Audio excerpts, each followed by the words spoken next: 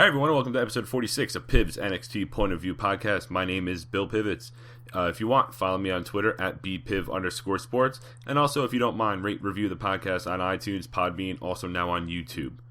This week was the first episode of actual NXT taping since London. We had the last 2 weeks were best of shows, so now we're getting back in the swing of things with actual episodes of NXT.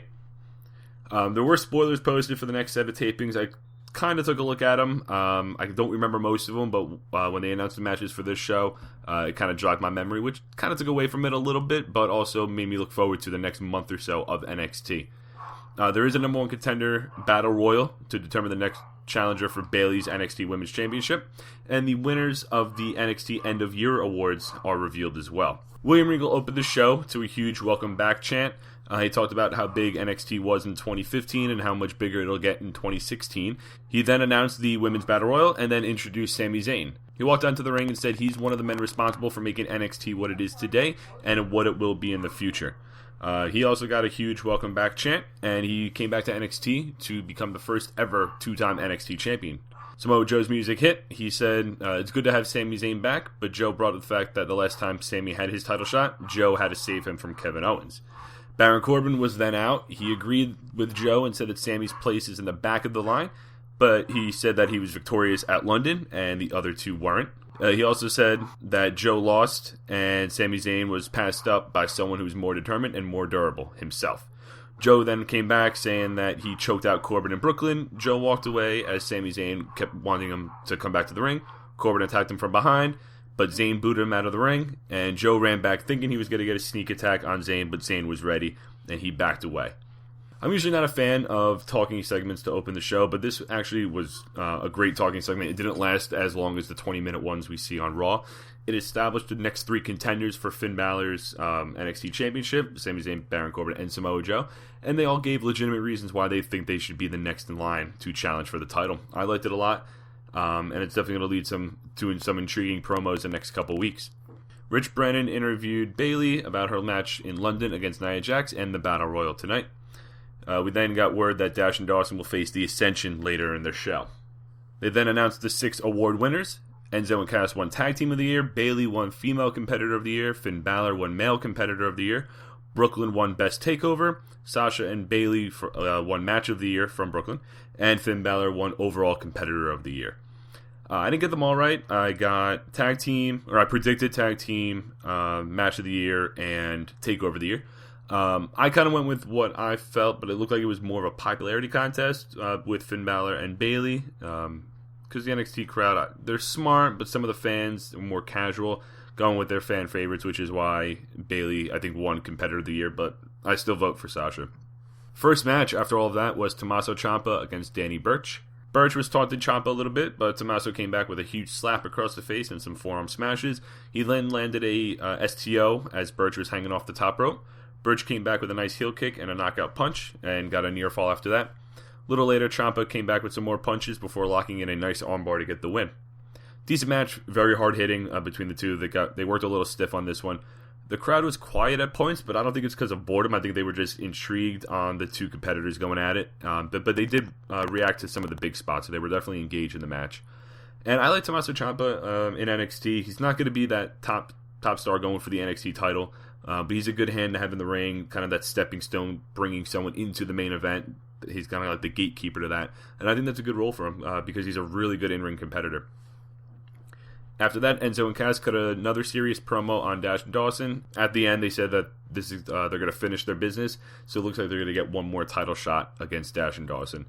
We then got some promos by some of the women in the Battle Royal, and William Regal recapped the opening segment. He then announced that in 2 weeks, we'll have a triple threat match between Sami Zayn, Samoa Joe, and Baron Corbin to determine the number one contender. Second match, Dash and Dawson against the Ascension. I got to admit, the "yah" chants from the crowd for the Ascension is kind of growing on me, I have to admit. Then again, I don't know who's the face tag team in this match. I guess the Ascension. Beginning of the match, Dash pie-faced Victor, and then the two went back and forth with some punches. Victor had the upper hand a little bit, but the champs got control and wore down Victor in his corner. Victor landed an STO and created space, and he was able to tag in Connor. He connected with some punches and a flapjack on Dawson. He went for the cover, but Dash distracted the referee and then tossed out Victor. The champs then hit the Shatter Machine on Victor and won. It was a little sloppy in parts, but it was just more of an enhancement match to get the tag team champs over as they prepare for one more match, I'm assuming, with Enzo and Cass. We then cut to looked like a trainer's room with Nia Jax being evaluated by the trainer. Ava Marie was behind her. William Regal asked if she would be medically cleared for the match. The trainer said no. I didn't notice this at first. I just saw Eva smiling when she was consoling Nia Jax, so I rewound it, and I saw her cheering and pumping her fist that Nia Jax would not be in this match. So if that's the route they're going to go with these two, and they're pairing with Nia Jax turning face at some point, especially if she faces Eva Marie, she's definitely going to turn face. I'm actually a fan for that, because I'm trying to think on the heel side. You have Eva Marie. Right now you have Nia Jax. You have Emma. You have Dana Brooke. Alexa Bliss. The face side's a little weak. You have Asuka, Bayley, Carmella, and then it kind of drops off after that. So if they could flip Nia Jax, that kind of evens the balance a little bit, which could make for a nice secondary feud for a month or two. Then we got more promos from the women. Peyton Royce called herself the Venus Flytrap of NXT. What the fuck does that mean? I don't even know what that means. She hasn't cut a promo before, and she just calls herself the Venus Flytrap. That's the one thing that threw me off on all these promos. Third match, Elias Sampson versus Corey Hollis. After a headlock, Sampson stomped on Hollis in the corner and landed a backwards drop kick. It was really hard to explain. He had himself held up on the top rope and then lunged his legs forward, or I guess backwards, kind of like a donkey or something like that, just drop kicking him. He then landed a snap side neck breaker and got the win. After the match, he said that NXT needs what he is, and then left. I have no idea what that means either. I'm just confused with all of these promos. They're being vague and not even making any sense. But as far as the match, that's pretty much what I expected out of this. It was more of obviously a squash match for Elias Sampson, his first appearance since London. Alex Reyes caught up with Balor and informed him of the three-way that's taking place in 2 weeks, and then he gave his thoughts on each competitor in the match. We got the last set of promos from the women before the match. Aaliyah from Breaking Ground is actually making her debut on this match. And it ended with Asuka saying she will be the next number one contender. And last match on the card was the Women's Battle Royal. Most of the women were in the ring already. Alexa Bliss, Emma, Carmella, Ava Marie, and Asuka got at least entrances, not full entrances, but their music, and they were able to walk down. All the women stared at Asuka. She caught Ava with a spin kick at the start. She rolled out of the ring. Emma attacked her from behind, and the match got underway. And I just noticed that Dana Brooke was not in this match. I don't know if she's injured.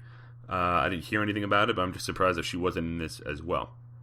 I'm going to do my best. I think I got every elimination, but it was a little fast-paced at points that I couldn't keep up. Aaliyah and Diana were eliminated after the first commercial break. Liv, I forget her last name. Liv, I don't know, the girl from Jersey. She went to Powerbomb Cameron over the top, but Alexa threw them both out. Emma sent Carmella to the floor after an Emma-mite sandwich. At this point, Ava was still on the outside. The announcers were playing it up like they forgot about her. Emma eliminated Alexa Bliss. Asuka kicked Emma off the top rope and eliminated her. Peyton Royce and Billie Kay went after Asuka, and then this began chants of "We See Eva." Asuka eliminated them both with a double hip attack off the apron. Ava snuck up from behind and poorly eliminated Asuka. She barely landed the kicks to knock her off the ropes.